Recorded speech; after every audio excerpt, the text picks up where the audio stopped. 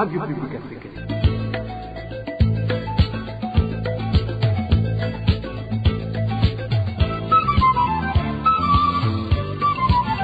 Radio Publique Africaine.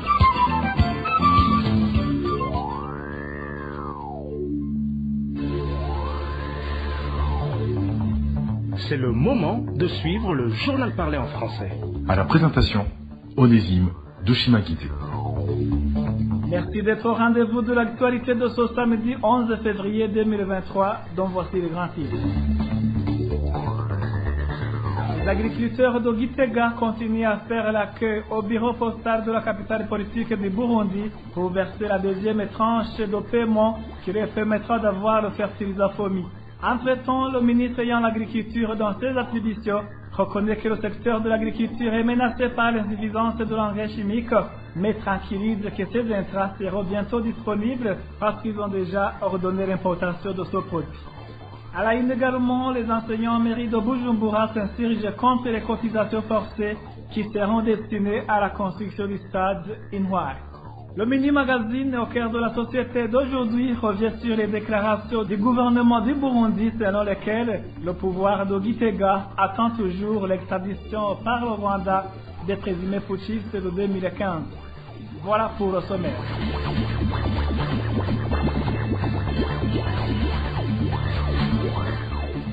Ouvrons cette édition sur la page justice. La coalition burundaise des défenseurs des droits de l'homme et CBDH exige la libération d'Emilienne Sibomana, secrétaire au lycée technique Christ Roi de Gitega, détenu depuis 2 semaines. Et la ligne vice-présidente de la dite coalition indique que l'arrestation et l'emprisonnement de cette femme démontrent l'insuffisance de la complicité du gouvernement et de l'appareil judiciaire sur les viols des filles commis dans les milieux scolaires. Suivez plutôt Eline Iwizi, présidente de la CBDH. Maintenant que la secrétaire du lycée Christ-Roi de Gitega, Emilienne Sibomana, est emprisonnée depuis le 27 janvier, après avoir passé dans le cachot du commissariat de Gitega, elle a été finalement transférée à la prison de Gitega sans dossier et elle a comparu dans la chambre de conseil hier vendredi. Je voudrais dénoncer les vices de procédure au niveau de la justice. Je ne saurais pas dire que c'est l'instrumentalisation de la justice ou la corruption. Comment Emilienne, qui a alerté, qui a demandé au ministre audience pour lui parler du problème de harcèlement sexuel de son lycée par le biais du chef d'établissement, comment peut-il demander au secours pour sauver ces enfants-là? Et au moment où elle attendait une enquête, après interrogatoire par une commission du ministère, elle se voit elle-même arrêtée et détenue au commissariat de Gitega, sans chef d'accusation. Et voilà que la plainte du directeur de l'école est arrivée le 31 janvier, comme quoi elle a fait des accusations diffamatoires contre le directeur. Comment la justice peut-elle oser arrêter une personne sans qu'il y ait plainte et recevoir les plaintes 3 jours après? Comment la justice peut-elle oser détenir une dame qui a appelé au secours à la place de la personne présumée coupable? Ce n'est que l'instrumentalisation de la justice par la politique et le soutien et la complicité de toute l'hiérarchie administrative du domaine de l'éducation, à commencer par le directeur provincial de l'enseignement, l'inspection qui a eu l'occasion de visiter l'école et toute personne qui connaît la situation mais qui finalement, devant l'accusation, tout le monde commence à avoir peur et à décliner pour accuser officiellement le directeur. J'interpelle que la justice fasse son travail. J'interpelle le ministère ayant en charge de l'éducation. C'est le premier concerné de prendre des mesures conservatoires pour que le directeur soit écarté temporairement, ne fût-ce que le mettre en congé pour mener les enquêtes, écarté de l'école ce directeur qui a dévié de ses responsabilités d'éducateur, de protecteur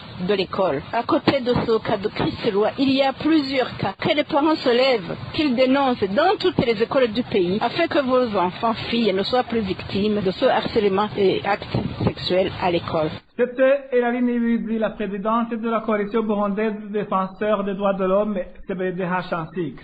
Pour le 4e jour, les agriculteurs de Gitega continuent à faire la queue au bureau postal de la capitale politique du Burundi pour verser la deuxième tranche de paiement pour avoir le bordereau de versement qui leur permettra d'avoir le fertilisant FOMI. Encore une fois, nombreuses parmi les agriculteurs sont rentrés bredouilles, ayant très peu d'heures de travail pour le week-end. Les agents de la poste de Gitega ont été divisés en 3 groupes, ceux qui étaient venus faire la queue pour ce samedi. Le premier groupe devrait être servi ce samedi, le deuxième devra retourner demain et le troisième lundi. En attendant, les agriculteurs estiment qu'ils continuent à être davantage en retard pour le semis de la saison culturale B. Entre-temps, le ministre de l'Environnement, l'Agriculture et l'Élevage reconnaît que le secteur de l'agriculture est menacé par l'insuffisance de l'engrais chimique parce que FOMI n'est pas en mesure de produire la quantité nécessaire pour tout le pays. Dr Santos Niragira indique que la cause est qu'actuellement plusieurs Burundais investissent dans le domaine de l'agriculture. Suivez. Ibijanye n'ifumbire sagaseseshwa rumuri murabona ko ubu burimyi abarimyi bacerewa kubera ifumbire ibonetse iteba. Iki rero insiguro gifise niyihe nuko rujya ruganda mubona FOMI rucubakwa rugitangura ibikorwa. Concernant l'agriculture, c'est visible que les agriculteurs tardent à semer par manque de fertilisants. La cause de tout cela est l'usine FOMI. Au début, l'usine n'avait qu'une demande élevée de la part des agriculteurs. Aujourd'hui, il s'avère que l'offre est inférieure à la demande.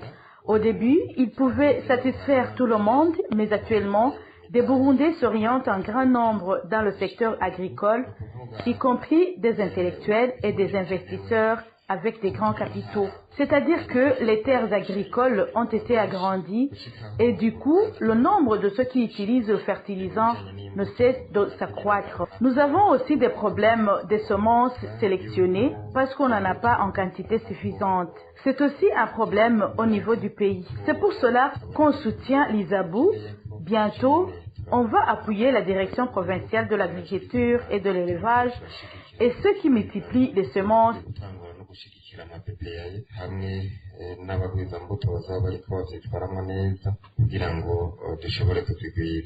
Toutefois, Santos Niragira, ministre de l'Environnement, Agriculture et Élevage, tranquillise les agriculteurs que ces intrants seront bientôt disponibles parce qu'ils ont déjà ordonné l'importation de ce produit pour pallier ce problème. On est en train de construire une usine de fabrication du fertilisant en commune Bugendana, ici même à Gitega. En plus de cela, nous avons donné aux associations et aux coopératives la permission d'importer de l'engrais parce qu'on a besoin en grande quantité. Certains investisseurs dans ce secteur auront aussi cette autorisation. Ils nous ont assuré que les fertilisants sont en route et pouvaient nous parvenir incessamment. Nous vous rassurons qu'on n'a pas baissé les bras à ce sujet aussi pertinent. On vous rassure que les fertilisants seront prêts à temps pour cette saison culturelle B.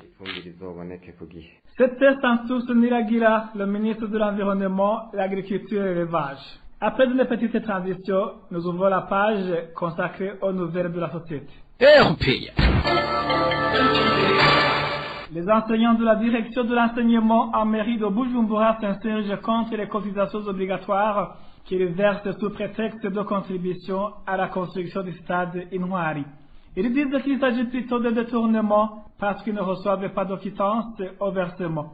Le point avec Emmanuel Nyungeko. Ces enseignants qui se lamentent sont ceux de la direction de l'enseignement à mairie de Bujumbura. Selon nos sources, dans les milliers des enseignants de la mairie de Bujumbura, depuis le mois de janvier dernier, les enseignants ont appris par leur directeur qu'ils vont cotiser à chaque fin du mois les frais qui serviront à la réhabilitation du stade Intwari. Selon toujours nos sources, cette décision serait venue d'en haut, c'est-à-dire une décision prise par le gouvernement, mais qu'il n'y a pas d'ordonnance quelconque, ni décret. Selon les enseignants de la ville de Bujumbura, chaque directeur dans la direction de l'enseignement à mairie de Bujumbura collecte ses cotisations de sa manière. Certains établissements exigent 5 000 francs par enseignant et pour d'autres 3 000 francs. Dans certaines écoles, on cotise selon les moyens. Les enseignants de la mairie de Bujumbura disent qu'ils n'ont pas confiance à ceux qui collectent cet argent puisqu'ils ne reçoivent même pas des reçus. Ils craignent un détournement. Les enseignants de la mairie de Bujumbura demandent au directeur de l'enseignement à mairie de Bujumbura de donner des éclaircissements sur cette collecte forcée d'argent. La rédaction de la RPA a tenté de joindre Fidélité Nibigira, directrice de l'éducation à mairie de Bujumbura.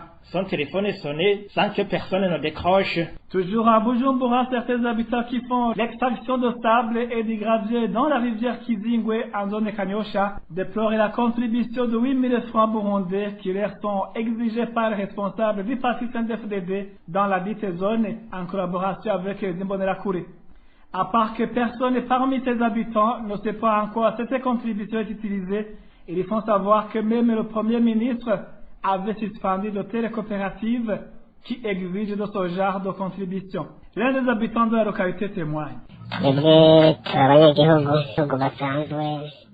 Nous sommes des habitants résidant tout près de la rivière Kizingwe. Parmi nous, il y a ceux qui y exercent même leur métier. Nous avons un sérieux problème, mais au départ, le Premier ministre un jour a interdit toutes les associations qui collectent de l'argent auprès de ceux qui exploitent différentes rivières de la mairie de Bujumbura. Ainsi, cette mesure a été respectée pour quelques jours. On a continué à travailler, bien qu'il y ait des personnes qui venaient nous demander de l'argent. Même si nous n'apprécions pas donner cet argent, on le faisait du fait que nous n'avions pas d'autre choix, car il s'agit des magouilles. Nous ne savions pas la destination de ces collectes, encore moins les responsables de ces coopératives. Néanmoins, après la décision du Premier ministre, ça a été un offre de soulagement pour nous. Malheureusement, rien n'a été changé par rapport à la situation d'avant, car ces gens qui nous faisaient payer cet argent n'ont pas arrêté ce comportement. Ils sont ensuite revenus et nous ont obligés de continuer le paiement comme avant. Nous avons continué à payer 8 000 francs chacun, sans même être informés sur ce qu'ils vont faire avec cette somme. Quand nous leur demandons pourquoi nous devons payer, ils nous disent que c'est pour le Bouha et parfois pour la CTMU. Nous avons porté plainte auprès de l'administrateur, mais lui aussi était très inquiet de quoi que ce soit sur cette situation. Nous avons continué à chercher comment dénoncer cette situation, mais en vain. Par la suite, nous avons pu connaître ceux qui étaient derrière tout ça. Il s'agit des responsables du parti CNDD-FDD en commune Moura et dans la zone Kanyosha, le chef de zone, le responsable du CNDD-FDD dans le quartier Kajiji et un certain Manisha et certains Ivonerakure dont Audace et leurs amis. Actuellement, nous avons suspendu les activités à cause du désordre qui s'y trouve, mais nous subissons beaucoup de menaces. Ils nous disent que nous n'allons pas les échapper, donc des menaces de toutes sortes. C'est pourquoi nous sommes très inquiets pour notre sécurité. Il fallait que cette situation soit dénoncée. Qu'ils nous disent comment nous pouvons continuer à donner de l'argent alors que les autorités ont suspendu ces collectes. De Bujumbura, Kapesir Luyigi à l'est du Burundi pour parler des grognes chez les commerçants du grand marché de la commune Gisuru.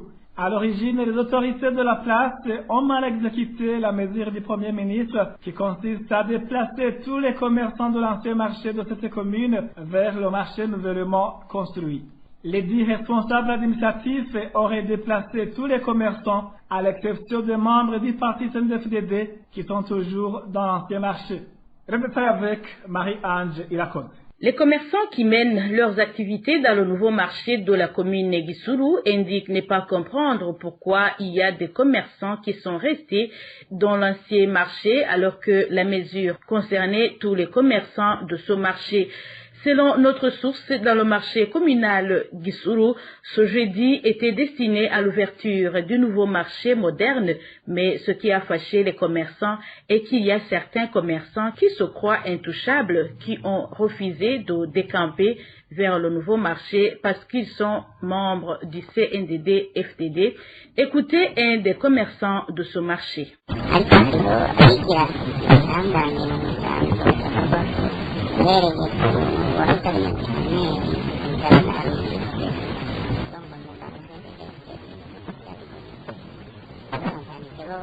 Il y a ceux qui se croient supérieurs aux autres juste parce qu'ils sont du CNDD-FDD, à commencer par l'ancien administrateur qui est également responsable du parti de la localité. Ils ont continué à faire marcher leur commerce dans son marché. Nous ne savons donc pas si c'est la corruption qui est en jeu ou si c'est juste dénigrer le ministre qui a pris la mesure. Ces commerçants demandent avec insistance les autorités communales de faire quitter tout le monde de cet ancien marché car personne n'est au-dessus de la loi ou qu'ils affirment qu'ils déclinent les ordres du Premier ministre. twagira dusabe abarongoye intwaro muri komine gukuraho abo badandaza basigaye mu soko ya kera kuko ntawe uri hejuru y'amategeko twese turangana ibabakoreye kuko basigaye hariya bashobora dutwara abakiriya kuko bari bamenyereye. Nous demandons aux autorités communales de faire en sorte que ces commerçants qui sont restés dans ce marché quittent l'ancien marché car ils nous prennent tous nos clients. C'est l'endroit le plus habitué pour eux. Nous sommes d'ailleurs égaux et dans le pays, il n'y a que le sein de DFTED. La rédaction de la RPA a essayé de joindre Gad Ninganza, administrateur de la commune Gisuru, pour lui demander ce qui va suivre, mais sans succès. Toujours au chapitre des nouvelles de la société, le prix par kilogramme de sucre ne cesse d'augmenter en province d'Ongozi depuis maintenant plus de 3 semaines. Aujourd'hui, le prix d'un kilogramme de sucre approche 1000 francs de majoration par rapport au prix officiel. Les habitants du chef-lieu de cette province craignent une nouvelle pénurie de cette denrée. Ils demandent aux services habilités de prendre toutes les dispositions nécessaires pour redresser la situation. Le point avec Eric Eliozima. 10 jours au lendemain, le prix du sucre par kilogramme ne cesse d'augmenter au chef-lieu de la province Ngozi. Une situation qui a commencé dès mi-janvier cette année. Aujourd'hui, on ne peut se procurer un kilogramme de sucre qu'à partir de 300 francs, comme le témoigne ce citoyen de la ville d'Ngozi. Ça fait déjà 3 semaines depuis que les prix ont commencé à changer. Certes, la pénurie n'est pas totale, mais les prix montent du jour au lendemain. Aujourd'hui, il te faut entre 3100 et 3200 francs pour avoir un kilo de sucre. Moins de ça, tu n'en trouves pas. Déjà, les habitants de la ville d'Ngozi craignent une nouvelle pénurie de sucre. On ne peut pas dire que c'est totalement une pénurie, mais on commence à voir des changements. Il y a une certaine diminution. Par exemple, à Kumuremera, on en trouve, mais les prix ont grimpé. Ce sont des signes avant-coureurs de la pénurie du sucre. Ces habitants du chef-lieu de la province Ngozi demandent au gouvernement de résoudre ce problème le plus tôt possible. Et si rien n'est fait dans les délais meilleurs, la situation risque de se compliquer, comme l'année dernière, estiment les habitants de la ville d'Ngozi qui se sont confiés à la rédaction de la RPA. Emmanuel Nachonsanze, gouverneur de la province Ngozi, indique que le prix du sucre par kilogramme est de 2500 francs. Il qualifie de voleur ceux qui ne respectent pas ce prix. Il en appelle à la population de les dénoncer. Merci à toi aussi, Eric Eliozima. Après une petite transition, c'est le moment du mini-magazine au cœur de la société. Le mini-magazine au cœur de la société d'aujourd'hui revient sur les déclarations du gouvernement du Burundi selon lesquelles il attend toujours l'extradition par le Rwanda des présumés putschistes de 2015. À la présentation, c'est Emile Nibasumba. Au cœur de la société. Au cœur de la société est une émission de tous les samedis, préparée en synergie par les radios Inzamba, Agateka Kawe, Radio RPA, Ijuya Wanyagihugu, ainsi que la radio-télévision Renaissance.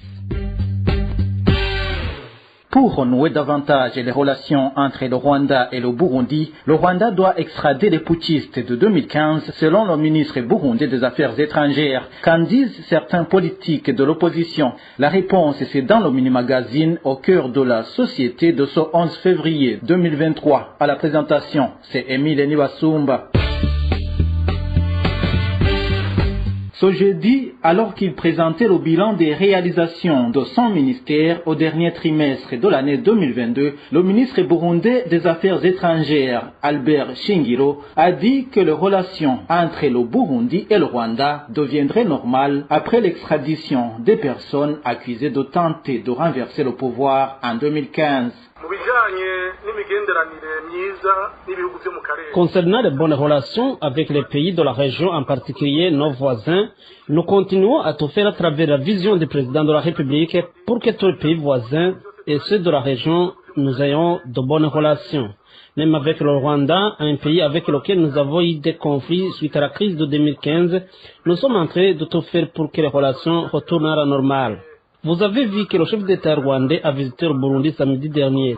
C'est un pas important dans le processus de normalisation des relations entre nos deux pays, le Burundi et le Rwanda.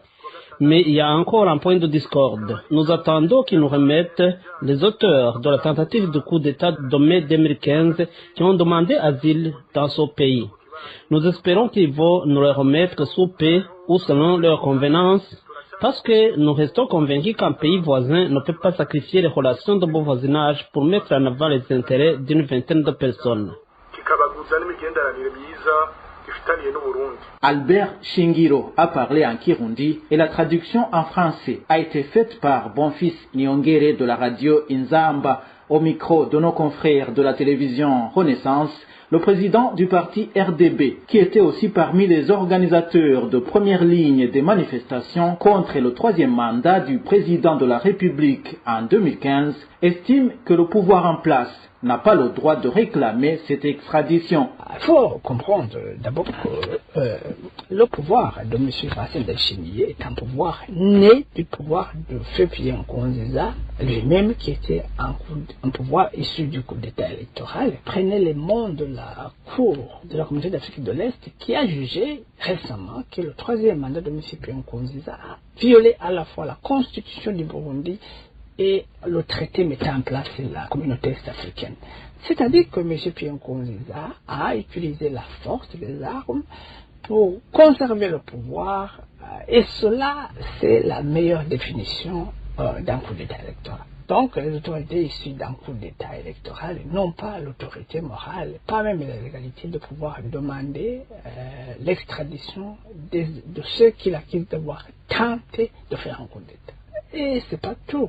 C'est clique qui retient le pouvoir d'une main de fer à Bujumbura n'a pas seulement fait un coup d'État électoral. Ces gens ont massacré des innocents, ont été victimes d'abus multiformes, y compris des milliers qui ont été tués. Il y a des crimes de droit international qui sont sous enquête de la Cour pénale internationale. Et les responsables de ces crimes ne sont pas d'autres que ceux qui sont au pouvoir actuellement. Des gens qui sont poursuivis devant les juridictions internationales pour des crimes de droit international, des gens qui ont fait un coup d'État électoral, n'ont pas l'autorité morale ou la légalité de demander l'extradition de Burundais qui ont tenté d'empêcher la forfaiture que le Burundi a vécue en 2015. Ensuite, il faut vous souvenir qu'il y a le droit international qui s'applique lorsqu'une personne fuit son pays et se réfugie dans un autre pays. Il y a des conventions internationales ratifiées par le Burundi, le Rwanda et d'autres pays qui hébergent ces réfugiés, de sorte que ces personnes ne peuvent pas être extradées au Burundi dans un pays où ils risquent pour leur vie ou où ils risquent d'être torturés.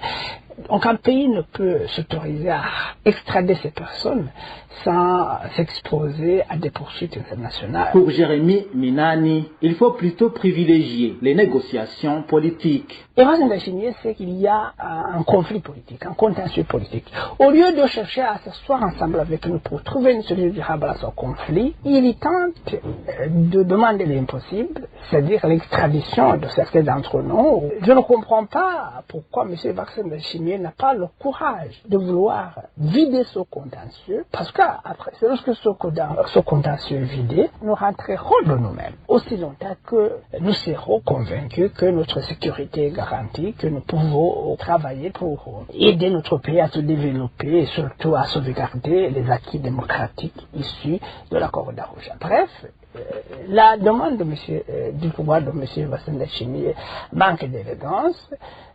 Il faut que M. Fassel Ndayishimiye comprenne que ce n'est pas le Rwanda qui perd beaucoup lorsque les relations diplomatiques entre le Burundi et le Rwanda sont entachées.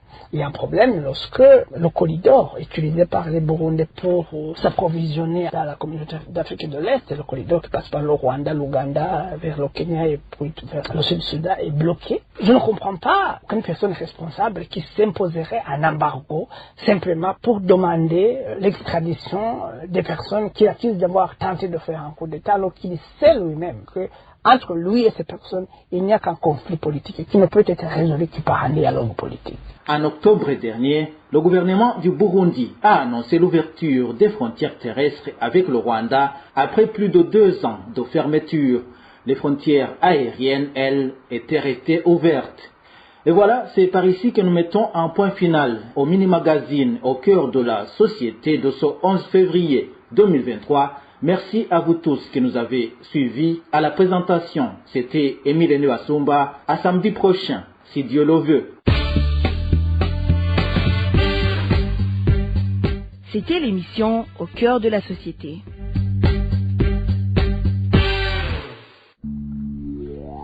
Merci à toi aussi, Émile Nwasumba. Merci, mesdames et messieurs, d'avoir suivi. C'est parti que nous mettons un point final à cette édition. À la présentation, vous étiez avec Onésime Dushimagite. Bon week-end à tous.